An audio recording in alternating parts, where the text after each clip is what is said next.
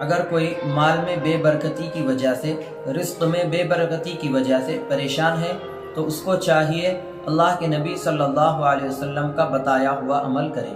السلام علیکم ورحمۃ اللہ۔ ناظرین، استقبال ہے آپ کا ہمارے چینل سہل وظائف پر۔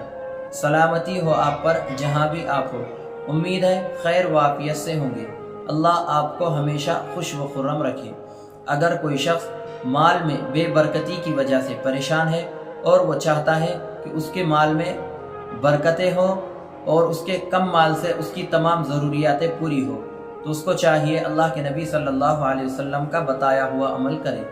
حضرت ابو سعید رضی اللہ عنہ ارشاد فرماتے ہیں، آپ صلی اللہ علیہ وسلم نے فرمایا، اگر کوئی یہ چاہے کہ اس کے مال میں برکت ہو، اس کا مال بڑھے، تو اس کو چاہیے یہ پڑھا کرے، اللہم صلی علی محمد عبدک و رسولک وصلی علی المؤمنین والمؤمنات والمسلمین والمسلمات۔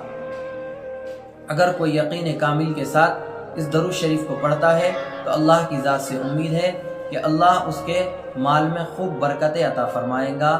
عمل سے فائدہ اٹھائیے اور خاکسار کو اپنی دعاؤں میں یاد رکھیے۔ السلام علیکم ورحمۃ اللہ۔